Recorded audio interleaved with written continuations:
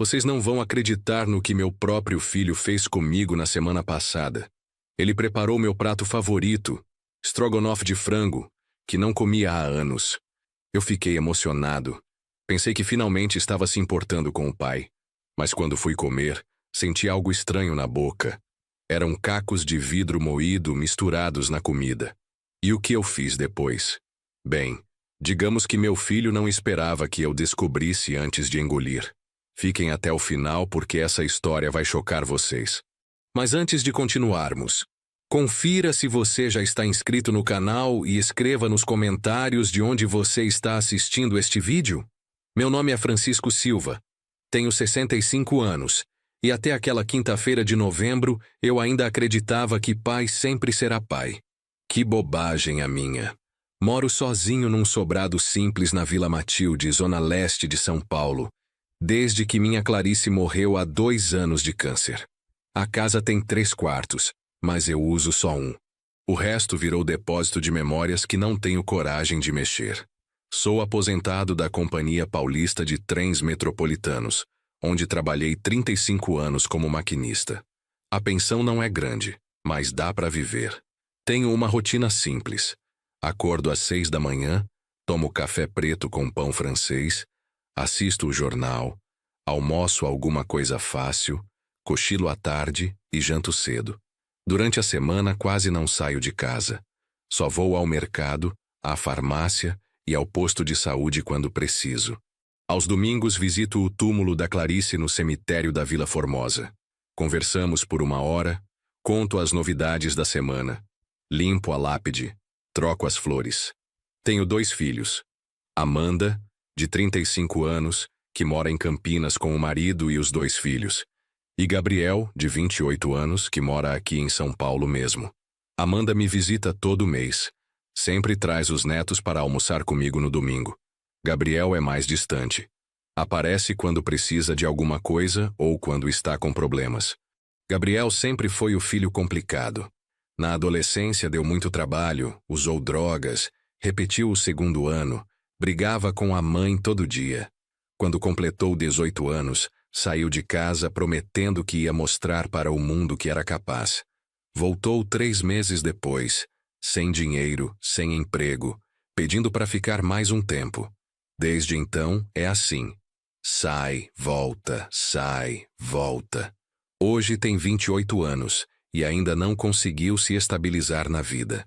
Trabalha com vendas, mas muda de empresa a cada 6 meses. Ora está vendendo plano de saúde, ora vendendo curso de inglês, ora vendendo aspirador de pó. Nunca fica muito tempo no mesmo lugar. Sempre diz que os chefes não reconhecem seu potencial, que os colegas fazem intriga, que o mercado está difícil. A verdade é que Gabriel não tem disciplina. Quer ganhar dinheiro rápido sem fazer esforço. Quando a mãe estava viva, ela sempre defendia ele. Dizia que era só uma fase, que ele ia amadurecer.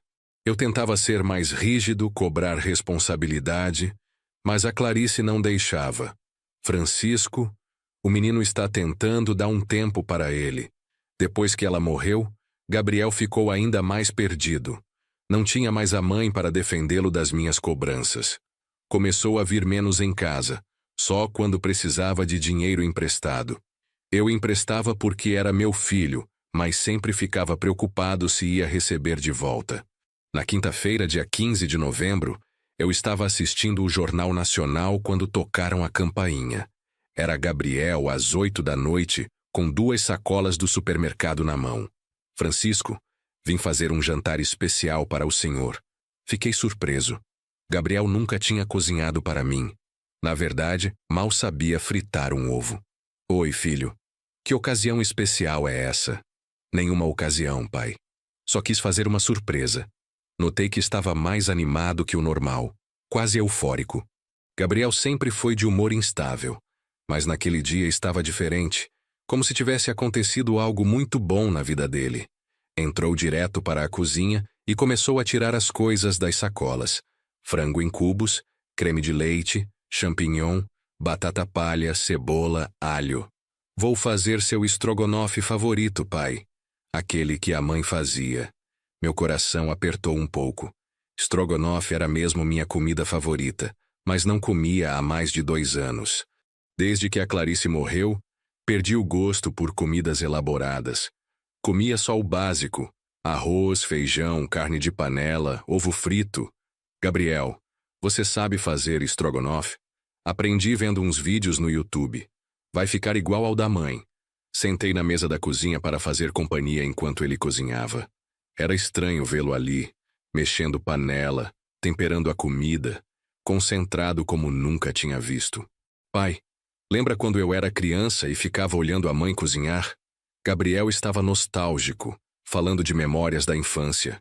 Perguntava sobre detalhes que eu nem lembrava mais, como se estivesse tentando reconstruir momentos perdidos.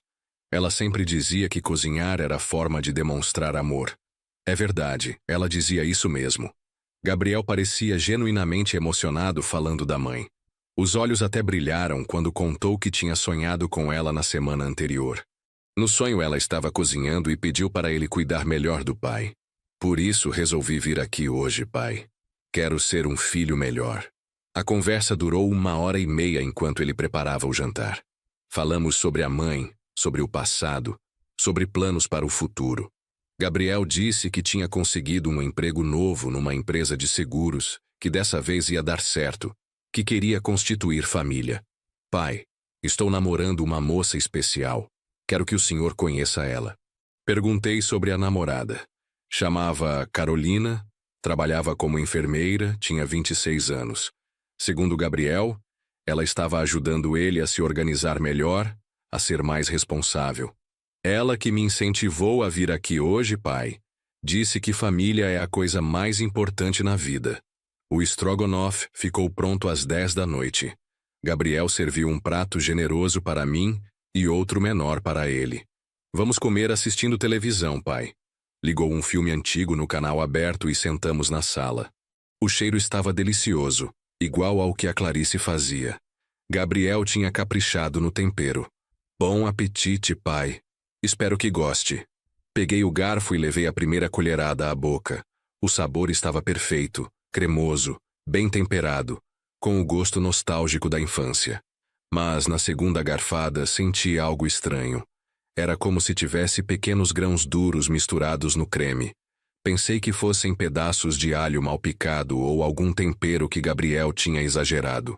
Mastiguei devagar, tentando identificar o que era. Foi quando senti um corte pequeno na gengiva.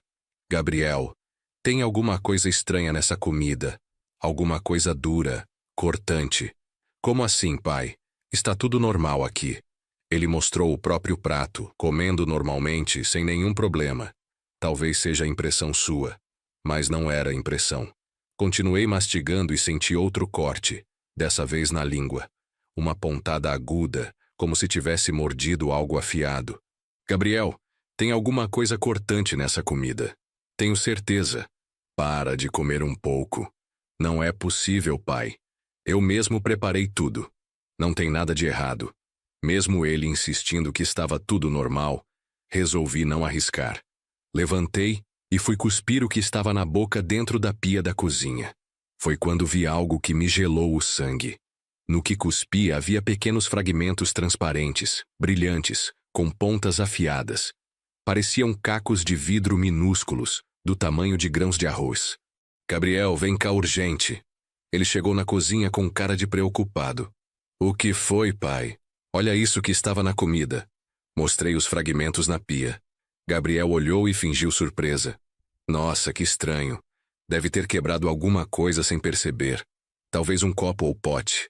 Gabriel, isso não quebrou por acidente. Está moído, fragmentado propositalmente. Como assim propositalmente? Pai, o senhor está acusando de quê? Não estou acusando de nada. Estou constatando que tem vidro moído na minha comida. Gabriel ficou nervoso, começou a falar mais rápido, a gesticular mais. Pai, foi acidente. Deve ter caído algo na panela sem eu perceber. Vamos jogar tudo fora e pedir uma pizza. Não quis pizza. Quis entender como cacos de vidro tão pequenos e uniformes tinham parado na minha comida. Peguei uma lupa que uso para ler bula de remédio e observei os fragmentos mais de perto. Não eram cacos aleatórios de algo que quebrou. Eram pedaços regulares, moídos, como se alguém tivesse triturado o vidro propositalmente. Gabriel tentava me convencer a esquecer o assunto. Pai, essas coisas acontecem. Vamos limpar isso e não falar mais sobre. Mas eu não conseguia esquecer. Comecei a analisar mentalmente tudo o que tinha observado durante o jantar. Gabriel tinha comido do mesmo estrogonofe, mas do prato dele, que ele mesmo serviu. Eu não vi ele pegando da mesma panela que preparou para mim. Na verdade, agora que pensava melhor, vi ele mexendo duas panelas diferentes, uma pequena e outra grande. Gabriel, você fez a comida em duas panelas separadas? Não, pai. Foi tudo na mesma panela, mas eu tinha visto claramente duas panelas no fogão. Uma com bastante comida, outra com pouca. E Gabriel tinha servido meu prato da panela maior. Você está mentindo, Gabriel. Vi você usando duas panelas. Por que mentir sobre isso? Ele começou a ficar agitado, passando a mão no cabelo, olhando para os lados. Pai, o senhor está confundindo as coisas. Deve ser o cansaço. Não estou confundindo nada. Minha mente está lúcida. E agora quero uma explicação para esses cacos de vidro. Gabriel tentou mudar de assunto várias vezes, mas eu insisti. Queria respostas. A conversa estava ficando tensa, até que ele perdeu a paciência. Pai, o senhor está paranoico. Não tem vidro nenhum na comida. Foi impressão sua. Peguei outro pedaço do estrogonofe do meu prato e mastiguei com cuidado. Novamente senti os fragmentos cortando a boca. Dessa vez cuspi tudo na palma da mão. Havia pelo menos 5 pedacinhos de vidro visíveis. Gabriel, olha aqui. Isso é impressão? Quando ele viu os fragmentos na minha mão, o rosto mudou completamente. A expressão de surpresa fingida deu lugar a algo mais escuro, mais calculado. Pai, mesmo se tiver vidro, não foi proposital. Deve ter acontecido algum acidente. Como acidente, Gabriel?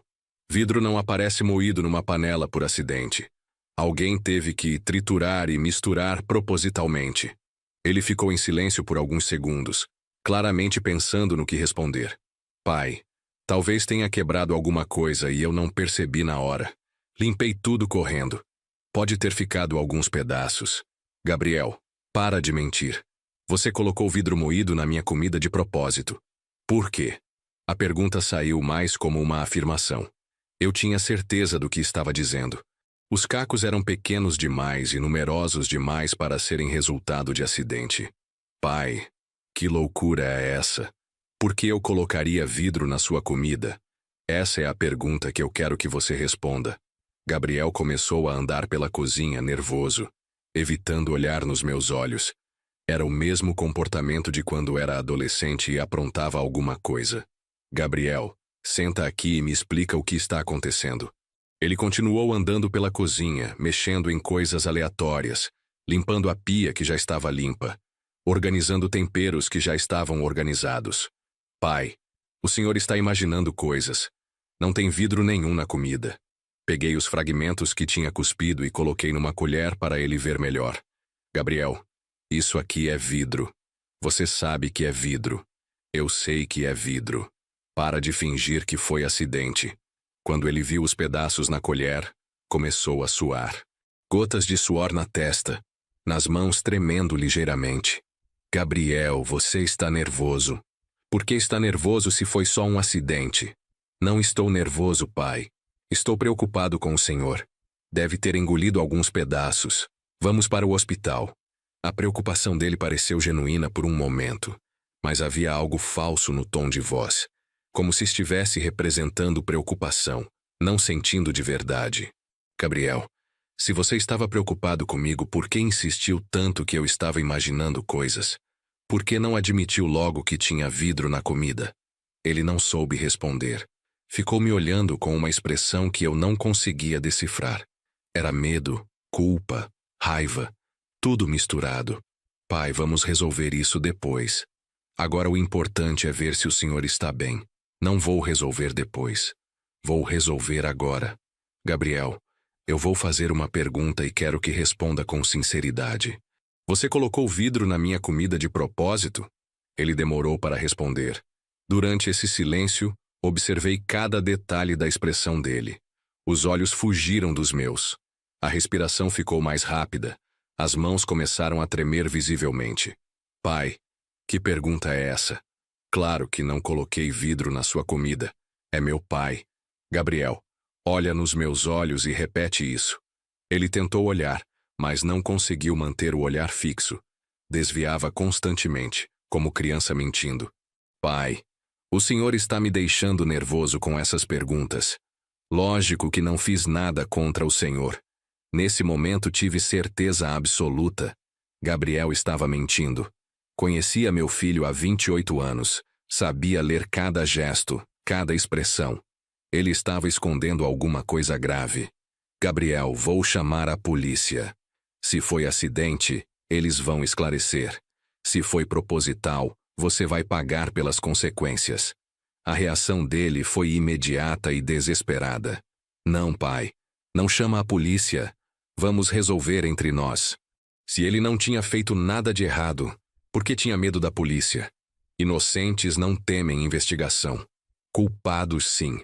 Gabriel começou a chorar. Não era choro de tristeza. Era choro de desespero, de quem foi descoberto fazendo algo terrível. Pai, eu posso explicar tudo. Estou esperando a explicação. Ele sentou na cadeira da cozinha, enxugou o rosto com a manga da camisa e respirou fundo. Pai, eu estou passando por um momento muito difícil. Devo muito dinheiro para pessoas perigosas. Que tipo de dívida, Gabriel? Aposta online, pai. Perdi muito dinheiro em sites de cassino. Agora os caras estão me ameaçando. Quanto você deve? 40 mil reais. Senti como se tivesse levado um soco no estômago. 40 mil reais era quase um ano da minha aposentadoria. Gabriel, como você conseguiu perder 40 mil reais? Foi aos poucos, pai. Começou com apostas pequenas, depois fui aumentando achando que ia recuperar o que tinha perdido. Nunca recuperei. Só aumentei a dívida. Entendi a situação financeira dele, mas não entendi a ligação com o vidro na comida. Gabriel, isso explica suas dívidas, mas não explica o vidro no estrogonofe. Para que colocar vidro na minha comida? Ele abaixou a cabeça e ficou em silêncio por um tempo longo. Quando levantou o rosto, tinha uma expressão que nunca tinha visto antes. Fria, calculista. Pai, os caras disseram que se eu não pagar até o final do mês, vão me quebrar. E se me quebrarem, quem vai cuidar do senhor? Ainda não estava entendendo a lógica dele. Gabriel, mesmo se algo acontecer com você, eu consigo me cuidar sozinho. Não preciso de ninguém me quebrando por causa disso. Não é só isso, pai. Se eu morrer, o senhor vai ficar sozinho no mundo. Amanda mora longe, tem família própria.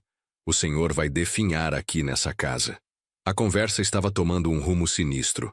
Gabriel estava falando sobre morte como se fosse inevitável, como se já tivesse aceitado que ia morrer, mas ainda não explicava o vidro.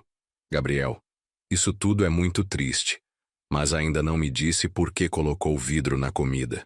Pai, eu pensei que se o senhor ficasse machucado internamente, eu poderia te levar para o hospital, ficar uns dias cuidando do senhor e talvez conseguir um tempo a mais com os credores. A lógica era absurda, mas comecei a entender o raciocínio distorcido dele. Você ia me machucar para ter desculpa de ficar em casa e fugir dos agiotas? Não era para machucar de verdade, pai. Era só para causar um mal-estar, para justificar minha ausência no trabalho. Gabriel estava tentando me fazer de escudo humano para resolver seus problemas financeiros. Gabriel, você tem noção do que está dizendo? Vidro no estômago pode causar hemorragia interna, perfuração, até morte. Não ia chegar a esse ponto, pai. Eu calculei a quantidade certinha. Só uns cacos pequenos para causar um desconforto. A frieza com que ele falava me arrepiou. Gabriel estava descrevendo como planejou me machucar com a mesma naturalidade que descreveria uma receita de bolo. Meu próprio filho tinha me transformado numa cobaia para seus experimentos doentios. Gabriel, você pesquisou sobre isso? Sobre o quê, pai? Sobre os efeitos do vidro no organismo humano. Ele ficou constrangido, mas respondeu. Pesquisei um pouco na internet, pai. Vi que em pequenas quantidades não seria fatal. Fatal não, Gabriel, mas extremamente perigoso. Você podia ter me matado. A resposta dele me chocou ainda mais. Pai, se acontecesse algo grave, eu chamaria a ambulância rápido. Estaria aqui para socorrê-lo.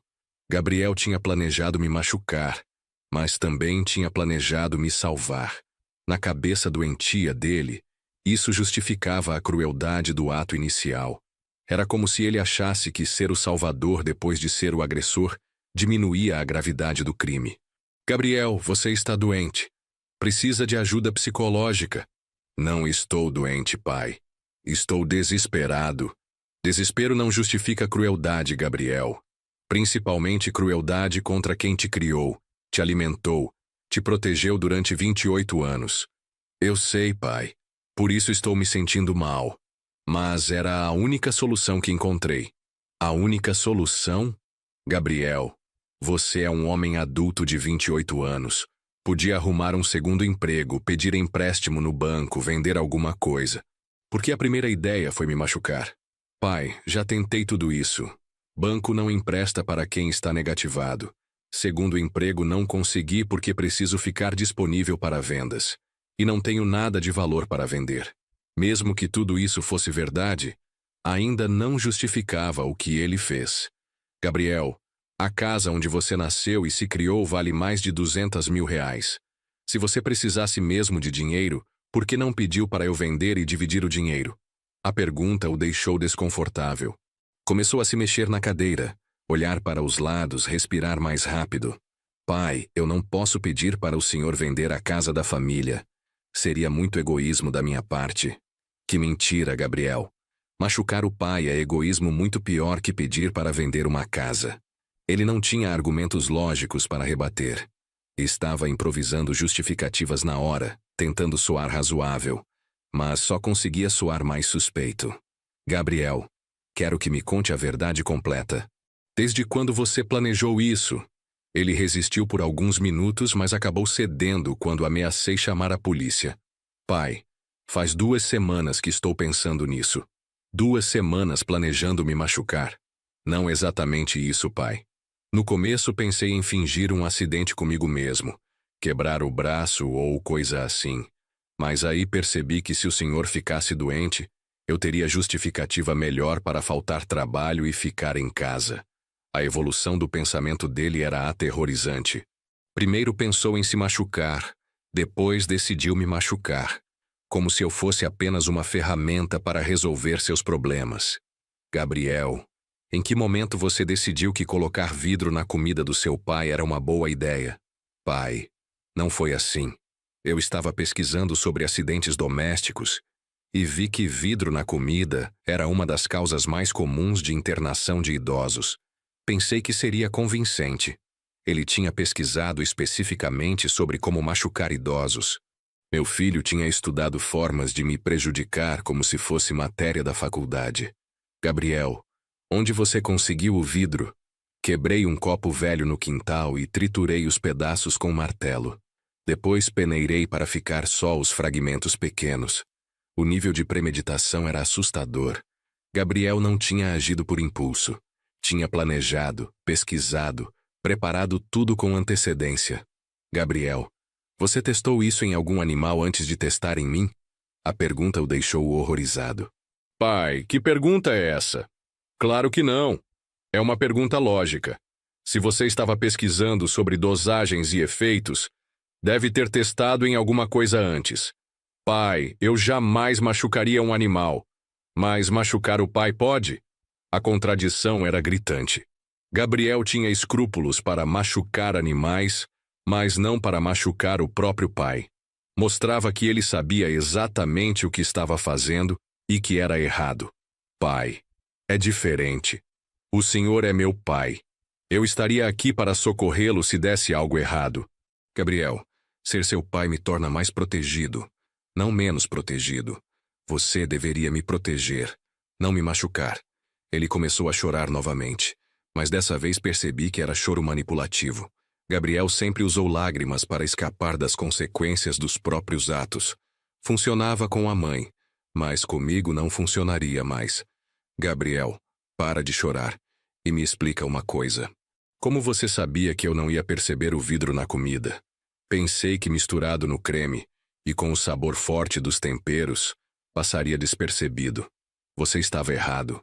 Percebi na segunda garfada. Sorte minha. Azar seu. Gabriel percebeu que não tinha mais como fingir inocência. A evidência estava ali, na pia, incontestável. O plano dele tinha falhado porque ele subestimou minha capacidade de percepção. Pai, o que o senhor vai fazer agora? Vou chamar a polícia. Isso é tentativa de lesão corporal, no mínimo. Pai, pelo amor de Deus, não envolve a polícia. Vamos resolver isso em família. Por que não envolve a polícia, Gabriel? Pessoas inocentes não temem a polícia. Você tem medo porque sabe que fez algo criminoso. Ele se ajoelhou na minha frente, chorando, implorando para eu não chamar a polícia. Dizia que estava arrependido, que nunca mais faria isso, que só queria uma chance de consertar tudo. Pai, se me prenderem, não vou conseguir pagar as dívidas nunca. Os agiotas vão me matar quando eu sair.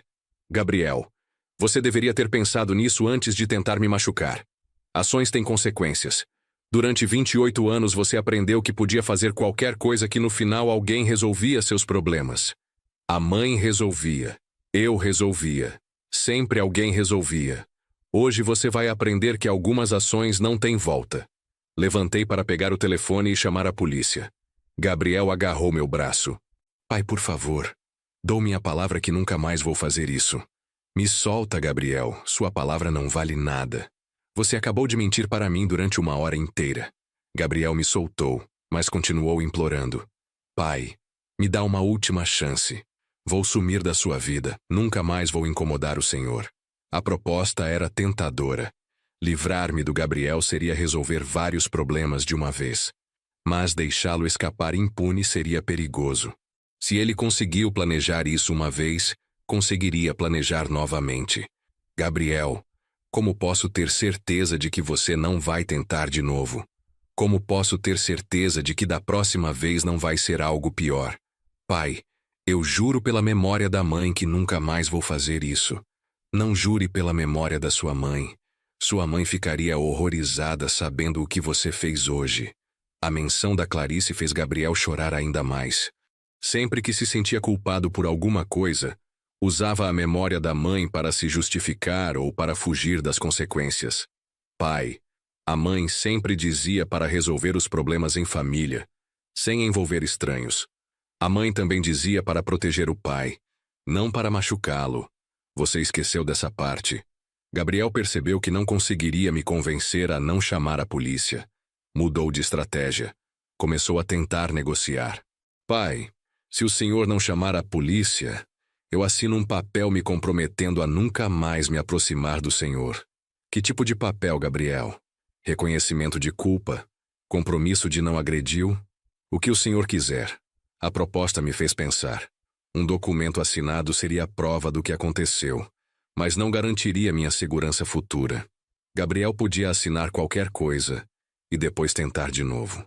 Gabriel, mesmo se você assinar esse papel, como vou saber que vai cumprir? Pai, porque estarei longe daqui. Vou me mudar para outro estado, começar vida nova. Prometo que nunca mais vai me ver. Para onde você vai? Para o interior do Ceará. Tenho um amigo lá que pode me arranjar um emprego numa fazenda. Vou trabalhar na roça, longe de apostas, longe de tentações. A proposta soava convincente, mas eu conhecia Gabriel bem demais para acreditar. Ele nunca tinha trabalhado na roça. Nunca tinha se adaptado a trabalhos físicos pesados.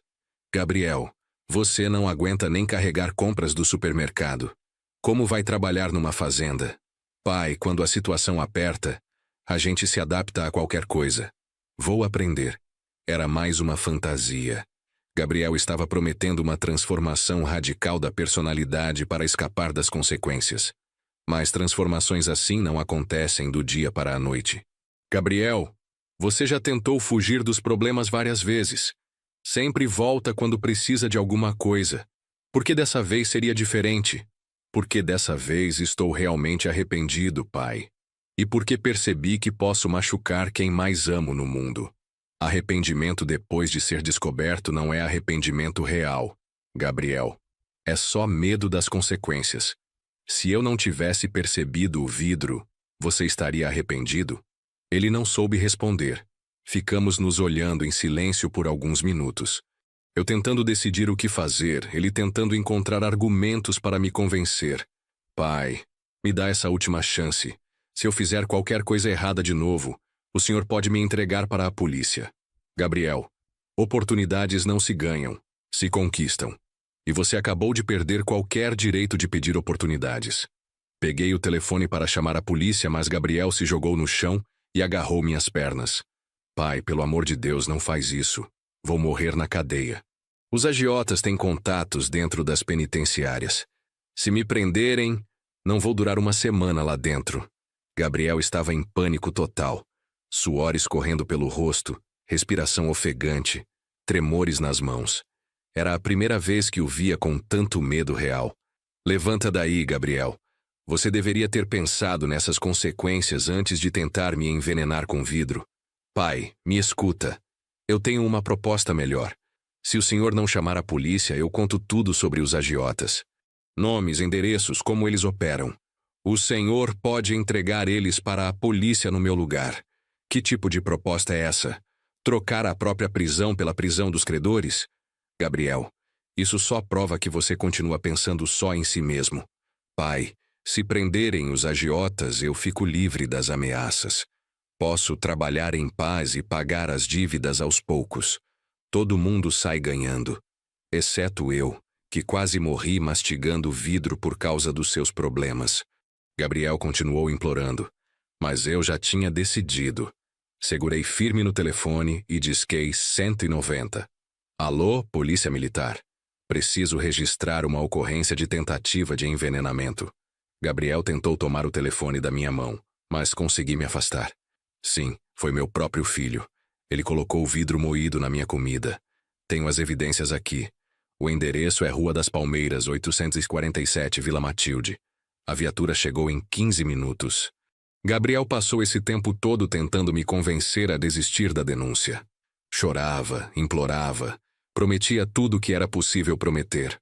Pai, vou embora daqui hoje mesmo. Nunca mais o senhor vai me ver. Vou pagar todas as dívidas trabalhando no interior. Vou virar outra pessoa. Gabriel, você não consegue nem pagar as dívidas que tem aqui em São Paulo. Como vai pagar trabalhando na roça? As promessas dele eram cada vez mais absurdas. Falava em trabalhar 18 horas por dia, viver gastando só o básico, mandar todo o dinheiro para quitar débitos. Planos grandiosos de quem estava desesperado para escapar da prisão. Quando os policiais tocaram a campainha, Gabriel fez uma última tentativa. Pai, ainda dá tempo de mudar de ideia. Pode falar que foi engano, que resolvemos a situação. Não vai ser engano, Gabriel. Você tentou me machucar de propósito. Isso não é engano, é crime. Abri a porta para 2 policiais militares, Cabo Santos e Soldado Oliveira. Ambos por volta dos 40 anos, experientes, com aquele jeito profissional de quem já atendeu muito caso complicado. O que aconteceu aqui, senhor Francisco? Expliquei toda a situação desde o início. Gabriel preparando o jantar, minha descoberta dos cacos de vidro, a confissão dele de que foi proposital. Onde estão as evidências? Perguntou o Cabo Santos. Levei os policiais até a cozinha e mostrei os fragmentos de vidro que tinha separado numa colher, o estrogonofe que sobrou na panela, os pratos que usamos. Cabo Santos examinou os fragmentos com uma lanterna pequena. Realmente são cacos de vidro, bem pequenos, moídos. E onde está seu filho? Está ali na sala, Cabo. Os policiais foram falar com Gabriel. Eu acompanhei para ouvir o que ele ia dizer. Jovem, seu pai está acusando o senhor de ter colocado vidro na comida dele propositalmente. É verdade? Gabriel tentou negar no início. Não, Cabo. Foi um acidente. Deve ter quebrado alguma coisa sem perceber. O soldado Oliveira interveio. Rapaz, vidro moído assim não acontece por acidente. Alguém triturou isso propositalmente. Gabriel começou a gaguejar, a contradizer a própria versão. Primeiro disse que não sabia de onde vinha o vidro. Depois disse que podia ter quebrado um copo. Por último, disse que talvez tivesse misturado os ingredientes em cima de algum vidro quebrado sem perceber. Filho, está mentindo demais. É melhor contar a verdade, orientou o Cabo Santos. Foi quando Gabriel desabou. Confessei tudo para os policiais, chorando, tremendo, pedindo clemência. Disse que estava com dívidas pesadas, que estava desesperado, que pensou que machucando o pai, levemente conseguiria ficar em casa para se esconder dos credores. Cabo Santos ficou impressionado com a frieza do plano. Rapaz, o senhor pesquisou sobre isso antes de fazer? Gabriel admitiu que tinha pesquisado na internet sobre acidentes domésticos com idosos, que tinha visto vários casos de pessoas que engoliram vidro acidentalmente. Jovem, o senhor tem noção que vidro no estômago pode causar hemorragia interna fatal? Gabriel balançou a cabeça afirmativamente, mas disse que tinha calculado uma quantidade pequena para não causar danos graves. O soldado Oliveira fez a pergunta que eu queria fazer. E se seu pai tivesse engolido vários fragmentos? E se tivesse perfurado algum órgão vital? Gabriel não soube responder. Começou a gaguejar novamente, tentando explicar que estaria ali para socorrer se algo grave acontecesse. Cabo Santos balançou a cabeça em desaprovação. Isso é tentativa de lesão corporal grave. Vamos ter que conduzir o senhor para a delegacia. Gabriel se ajoelhou na frente dos policiais. Cabos, me deem uma chance. Posso entregar os agiotas que estão me ameaçando. Tenho nomes, endereços, esquemas inteiros.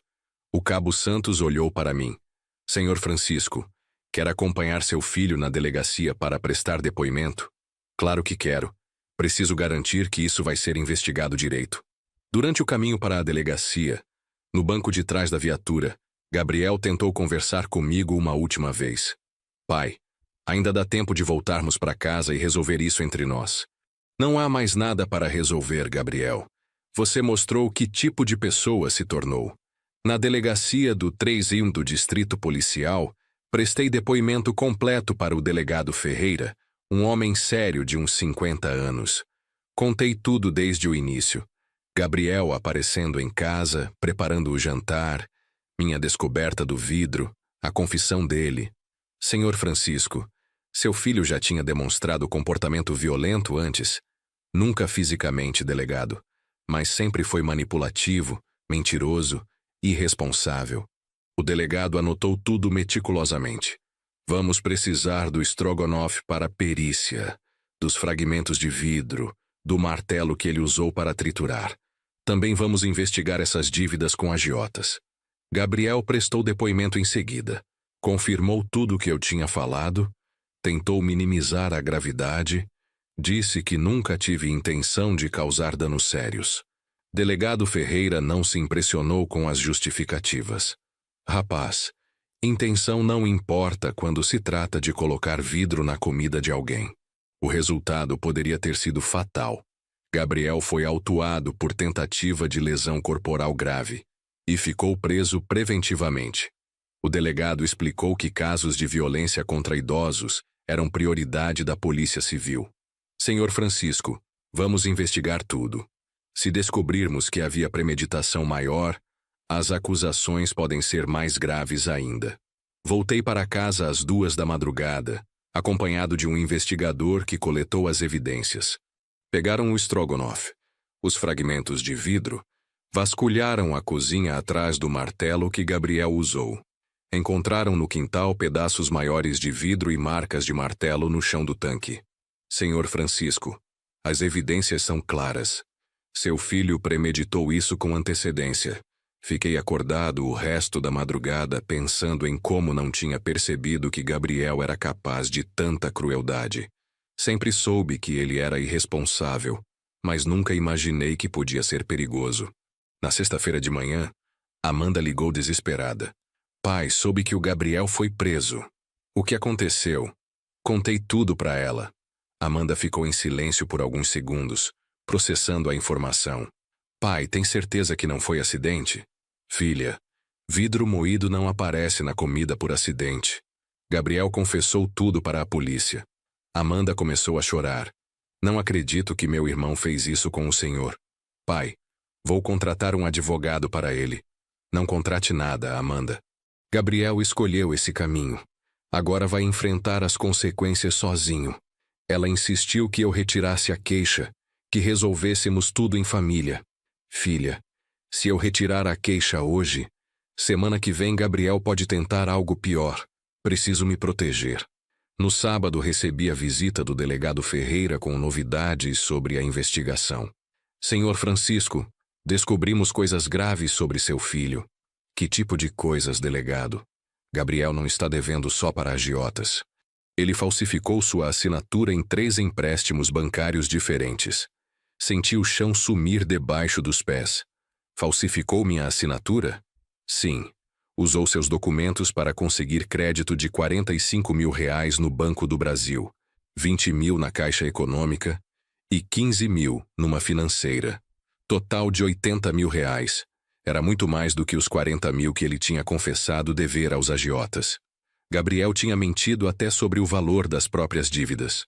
Delegado, isso significa que estou devendo R$ 80 mil? Não necessariamente.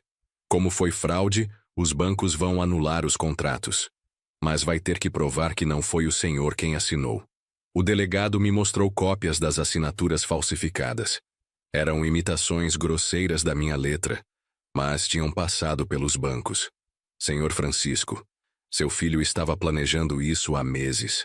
Encontramos no computador dele pesquisas sobre falsificação de assinatura, sobre empréstimos para aposentados, sobre acidentes domésticos. Gabriel não era só irresponsável, era criminoso experiente. Delegado, meu filho está envolvido com mais alguma coisa? Ainda estamos investigando, mas já temos material suficiente para várias acusações. Na segunda-feira, Gabriel pediu para falar comigo na delegacia. O delegado Ferreira permitiu a conversa, mas com ele presente. Gabriel estava diferente. Mais magro, com olheiras profundas, a barba por fazer. 3 dias na cadeia tinham mostrado para ele a realidade que o esperava. Pai, preciso contar uma coisa importante para o senhor. O que mais você fez, Gabriel? Pai, os empréstimos que fiz no seu nome não foram para pagar só apostas. Usei parte do dinheiro para investir num esquema de pirâmide financeira. Perdi tudo. Agora começava a entender a dimensão real do problema. Gabriel não era só viciado em apostas. Era viciado em dinheiro fácil, em esquemas fraudulentos. Que tipo de esquema, Gabriel? Era um grupo de investimento em criptomoedas. Prometiam retorno de 300% em 6 meses. Investi R$ 50 mil. Quando fui sacar, descobri que era golpe. O dinheiro tinha sumido. Gabriel tinha perdido dinheiro dele e dinheiro falsificado em meu nome. A situação era muito pior do que imaginava. Pai, por isso estava desesperado. Não devia só para agiotas. Devia para os bancos, para outras pessoas que entraram no esquema comigo, para todo mundo. O delegado Ferreira interveio. Quantas pessoas entraram nesse esquema por sua indicação? Gabriel baixou a cabeça. Umas 15 pessoas, delegado. Amigos, conhecidos, gente da família da minha ex-namorada. Gabriel tinha virado um criminoso em série. Não só tentou me machucar, como lesou várias outras pessoas. Filho, quantas famílias você destruiu com esses esquemas? Pai, eu também fui vítima. Acreditei que era investimento real. Não foi vítima coisa nenhuma, Gabriel.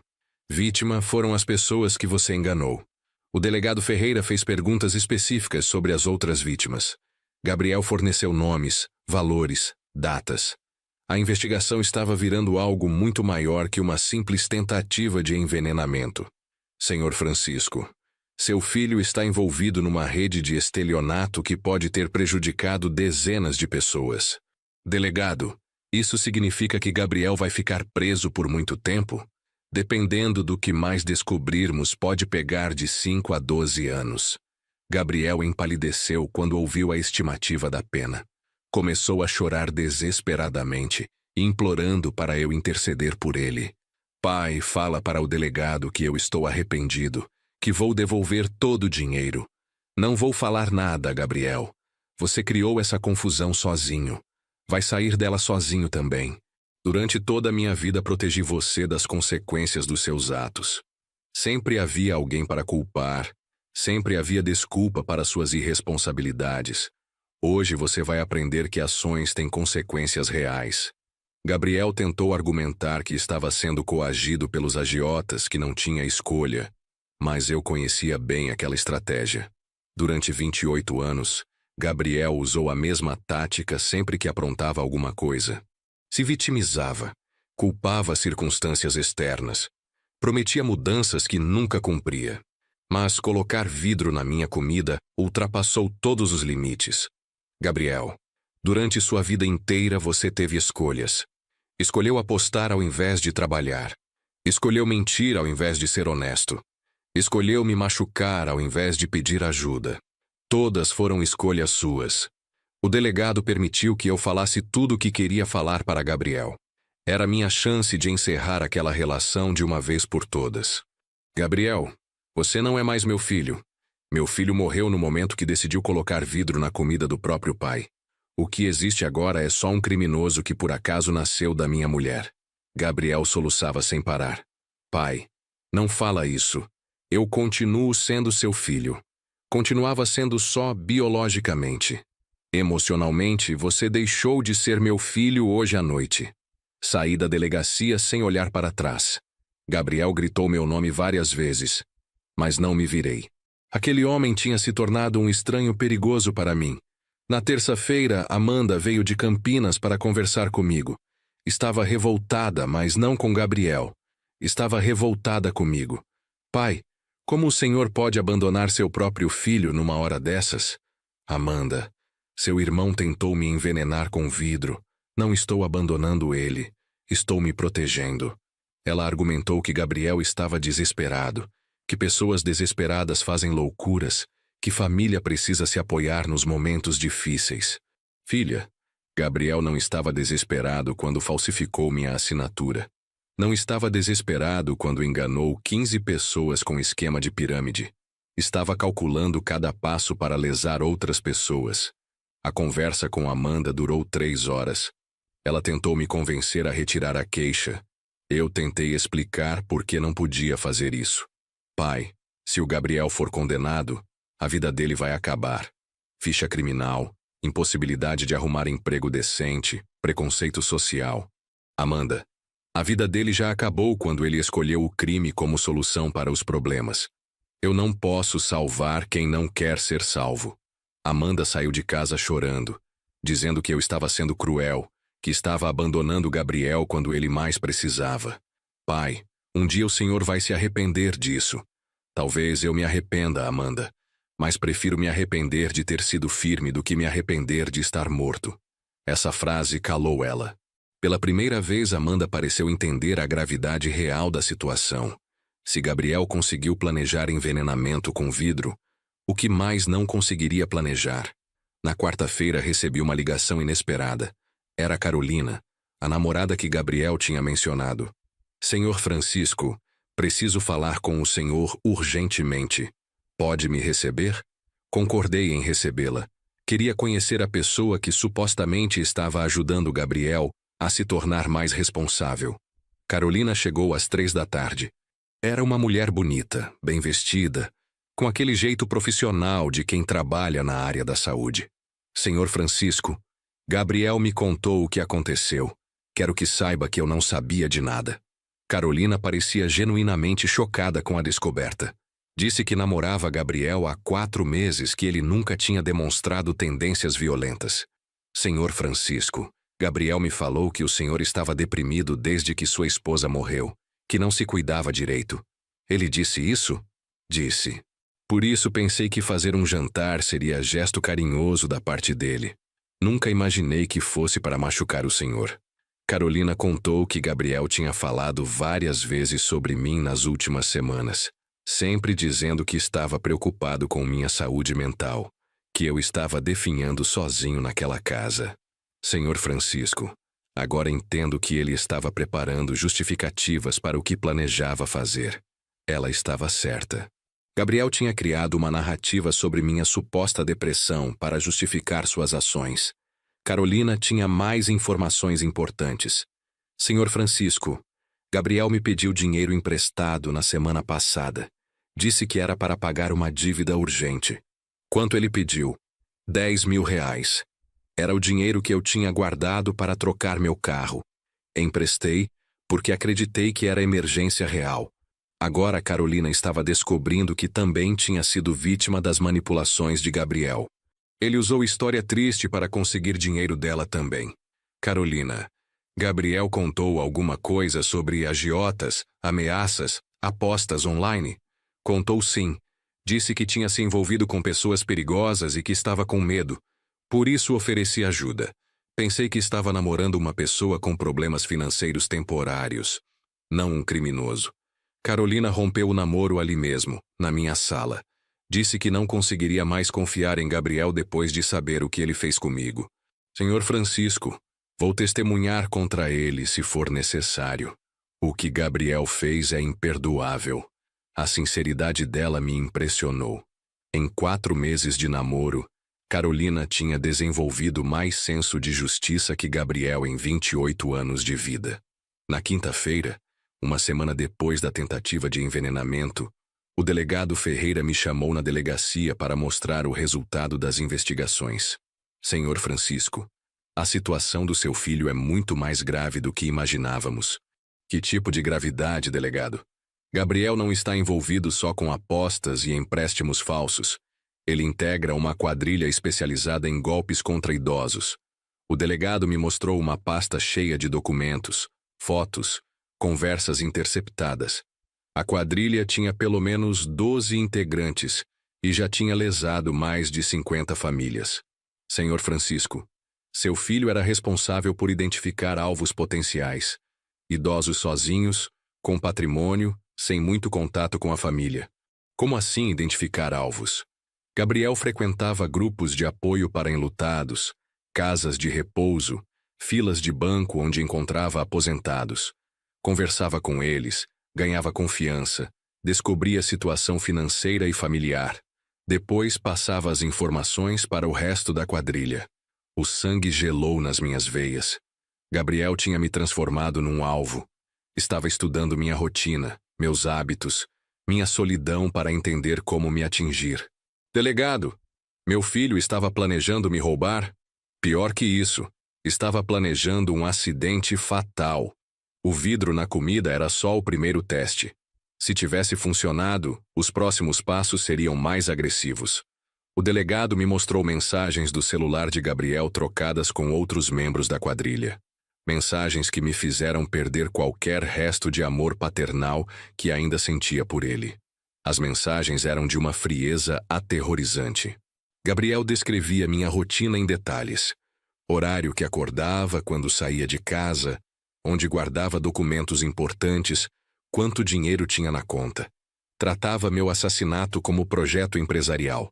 Numa conversa com alguém chamado Bruno, Gabriel escreveu: "O velho é fácil. Mora sozinho, não tem vizinhos próximos, filha mora longe.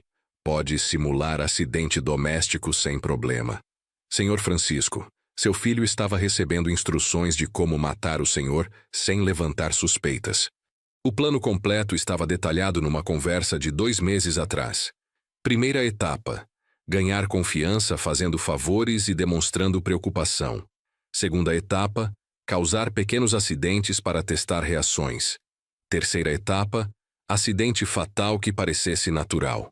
Gabriel estava na segunda etapa quando colocou o vidro na minha comida.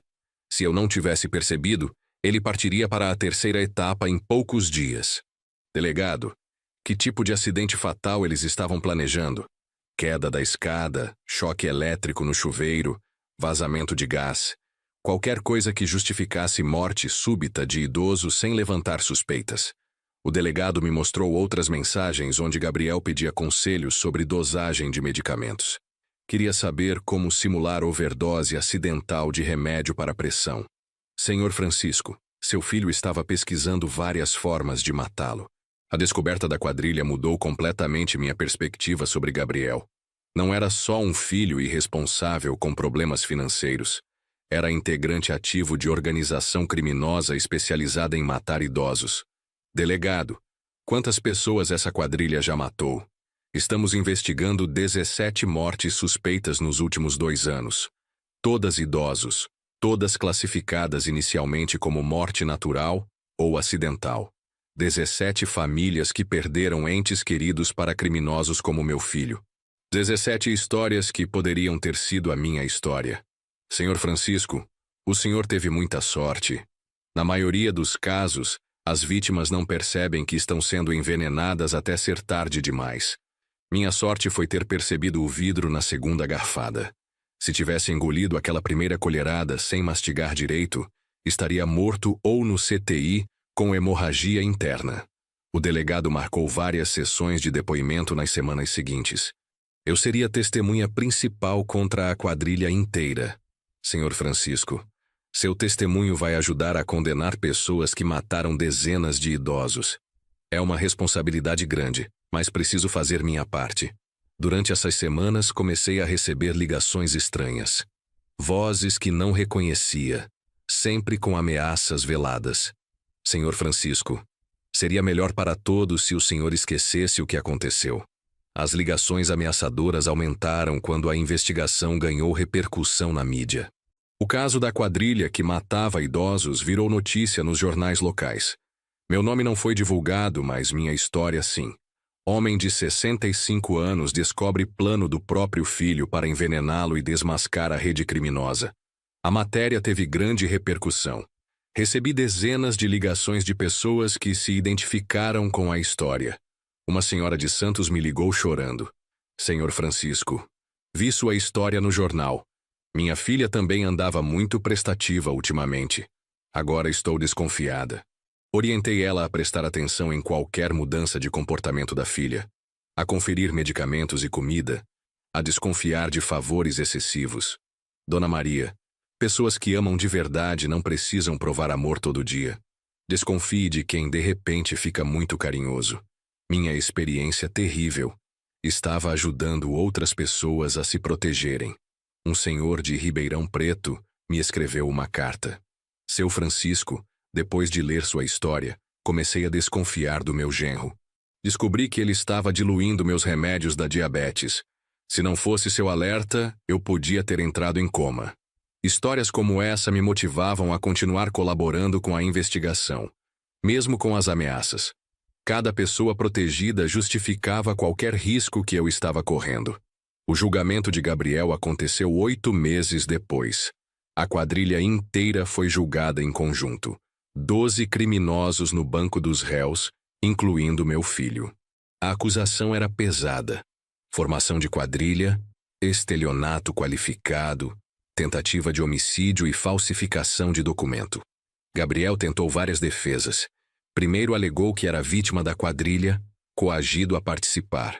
Depois disse que nunca teve intenção de me matar, só de me machucar levemente. Por último, tentou alegar transtorno mental. Todas as defesas falharam. As evidências eram claras demais. Quando chegou minha vez de testemunhar, levantei e olhei diretamente para Gabriel. Durante 28 anos criei, protegi e amei este homem. Ele retribuiu tentando me envenenar com vidro moído para roubar minha casa. Falei por 15 minutos ininterruptos. Contei sobre a premeditação, sobre a frieza com que ele executou o plano, sobre a falta de remorso real. Este homem não é mais meu filho. Meu filho morreu no dia que decidiu que minha vida valia menos que 40 mil reais. O júri deliberou por 3 horas. Quando voltaram, o veredito foi unânime para todos os réus. Culpados. Gabriel foi condenado a 10 anos de prisão em regime fechado. Quando ouviu a sentença, desabou em lágrimas. Olhou para mim buscando algum sinal de compadecimento. Não encontrou.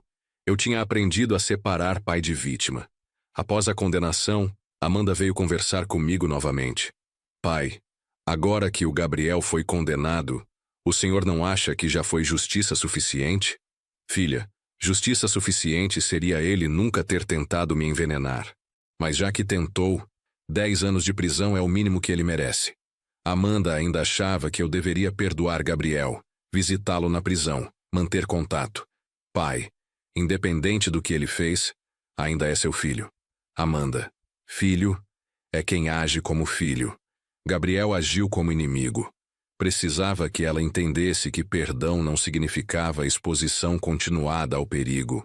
Expliquei que perdoar Gabriel para libertar meu coração era uma coisa. Confiar nele novamente era outra completamente diferente. Filha, perdão e proteção podem andar juntos. Posso perdoar seu irmão pelos erros que ele cometeu, mas não posso esquecer os riscos que ele representa. Amanda finalmente compreendeu minha posição quando soube dos detalhes da quadrilha. Pai, não sabia que o Gabriel estava envolvido com tantas outras famílias. Pensava que era só problema financeiro pessoal dele. Filha, seu irmão escolheu uma vida de crimes. As consequências dessa escolha são responsabilidade dele, não nossa. Decidimos que Amanda seria minha única família a partir daquele momento.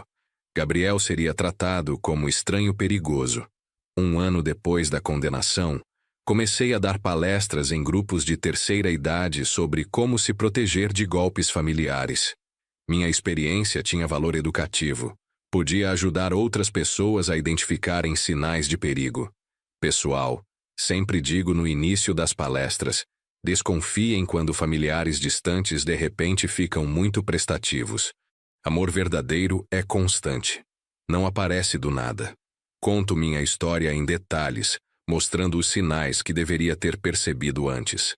Gabriel mudando de comportamento, interessando-se subitamente pela minha saúde, oferecendo favores que nunca ofereceu. São padrões que se repetem em todos os casos de violência familiar contra idosos. Uma senhora de Osasco me escreveu: Senhor Francisco, sua palestra me salvou. Meu neto estava fazendo a mesma coisa que seu filho. Oferecendo ajuda excessiva, perguntando sobre meu dinheiro, demonstrando carinho que nunca demonstrou. Histórias como essa me motivam a continuar. Cada pessoa protegida justifica todo o sofrimento que passei. Transformei minha tragédia pessoal em ferramenta de proteção para outras famílias. Não foi escolha minha passar por isso, mas foi escolha minha usar a experiência para algo positivo. Hoje, aos 66 anos, tenho propósito claro: educar idosos sobre os riscos que podem vir de dentro da própria família. Gabriel continua preso e ainda tem 7 anos de pena pela frente.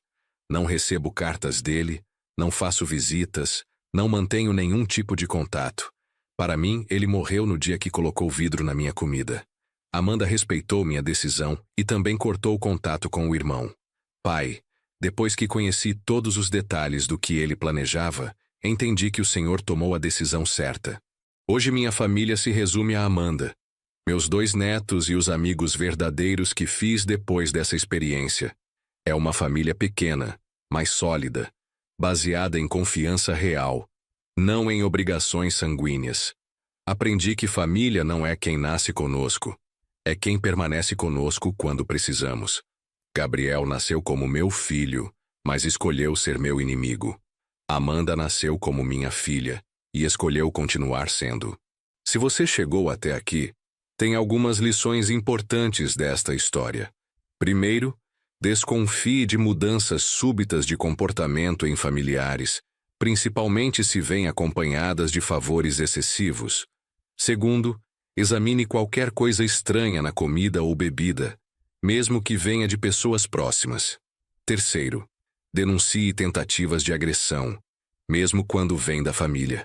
Quarto, não tenham medo de se protegerem de quem deveria protegê-los. A vida me ensinou que alguns filhos se tornam inimigos e alguns estranhos se tornam família. O importante é saber distinguir uns dos outros antes que seja tarde demais. Minha experiência com Gabriel foi terrível, mas me transformou numa pessoa mais sábia, mais cautelosa e mais grata pela vida. Obrigado por acompanhar esta história até o final. Inscreva-se no canal, deixe seu like e compartilhe para que mais pessoas possam se proteger.